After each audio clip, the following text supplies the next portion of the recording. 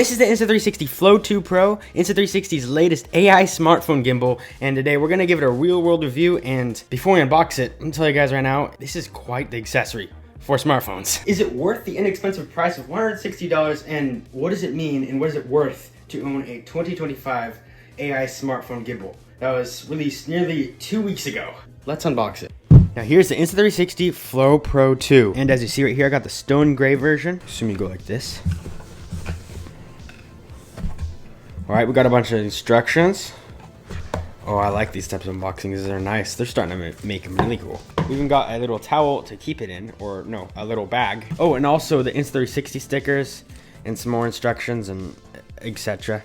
So it charges the USB-C. It feels high quality, like, you know, $200, $300 it seems, but it's like, it's cheaper. Anyway, guys, I'm gonna figure out how this works. And once I set it up, I will show you how I do that. And yeah, it's should be a very quick process, especially because I know this and I'm a techie. So yeah, see you. I've spent nearly a couple hours with this thing, and so let's bring it out to the field and show you guys what this thing is actually capable of. First of all, this is a 3-axis physical gimbal, like a GoPro, but except they have in-camera stabilization for all the little jittery movements, and this is for all the big, angled, and cinematic smooth movements. All right, to use it, click the trigger in the back once to start activating Deep Track, and it will literally use AI to track the object in the middle of the frame. And this is so simple and easy. You just click it again to deactivate. And if the phone's ever not centered, double-click it, and then it will center itself. But you click this record button right here to start recording it directly from the remote, and then click it again to stop. Click the button straight across from that once to actually switch the view you're viewing it from, front or rear. Double click it to actually change your aspect ratio 9:16, or what's better, 16:9. And now for the bottom button, I don't quite understand it that well, but you can click it to change from FPV,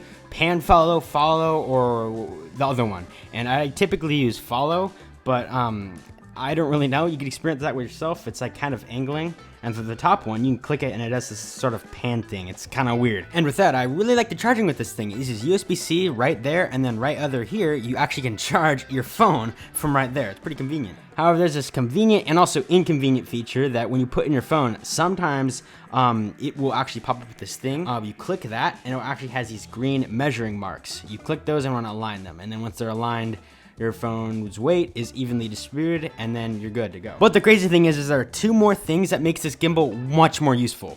Yeah, that's the selfie stick. And also there's this fairly sturdy tripod that pops out like that. You can control it, and it's completely fine with both of these things even activated. But at the bottom, you'll notice a 1/4 20 thread, and that's pretty universal, especially with Insta360. They have it in all the products basically, and you literally can screw that into a tripod. And the one and only time that the gimbal was like inconvenience to me is when I took it out, and I watched one of the videos, and it told me that this is actually something you can move back and forth, on and off. I don't know how to get it right now, but you should be kind of careful with this because this is balancing the power from here and to here. So you kind of have to turn it like this. It's kind of crazy. And then boom.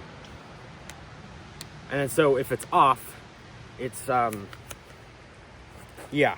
However, that is not really anything I'd recommend messing with. Now for one of my favorite things about this gimbal, the Insta360 Flow Pro 2, or Flow 2 Pro, is one of the features that has in all of their products, and they put it into this Flow Pro 2. It's basically they're selling a gimbal with the concept of the software, allowing them to use and take advantage of the camera of the iPhone or phone in general, and literally use that to, well, I'm just gonna explain right now. There's no one actually recording this video right now, and it is following me. Check this out. It's no joke, literally following me. I use a hand gesture to have it start doing that, and watch me turn it off. And by the way, guys, it's literally this easy. Once you turn it on, which I'll show you how to turn the hand gesture mode on, and have it on other products basically, but this one I think is limited to, there's like multi-person hand track and single-person track, but you just go like this. Boom. Boom. We back? Yeah. Boom. It's that simple. Jeez. You gotta love technology these days. I'll teach you guys how to turn that on in a minute. We're gonna get to tutorials and show you how this thing exactly works. It's not always perfect, but like sometimes you gotta get right in its, and get your head back right straight in frame, middle of the camera's frame. Oh, and you also can't forget about that mirror that they said they included with this gimbal. And I know multiple times throughout this video I called it the Flow 2 Pro. Well, it's actually called that, but I call it the Flow Pro 2. All in all, this is a very solid gimbal, and especially for its actual cheap price. This could be really used by anyone, even if you're calling, and for some of the cinematic shots even. And just want to be careful in the rain. because of the motors. And other than that, it's not super fast like you would find in like $1,000 gimbal for multi-$1,000 cameras, but you might need to go slow in certain areas. But whatever, it takes training too. All right, guys, so this video is not promoted, but I'm not going to do the tutorial. It is insanely easy. So all I need to do to turn this thing on is go like this. This fin's supposed to go in the slot right here, as you see. And then you just go like that, turn it right on. There's a joint here, so it's safe. And then you go onto your phone, onto the app, log in. You go to the bottom middle. There's gonna be an orange icon. You click that. You click connect. It takes a few seconds. You get onto the app. You click around, click all these buttons, and then it literally takes like a couple minutes. It actually can, and you'll understand it like completely well. Anyway, guys, with that being said, if you enjoy our content, make sure to subscribe and turn on notifications for future videos. Anyway, see you in the next video. Stay outdoorsy.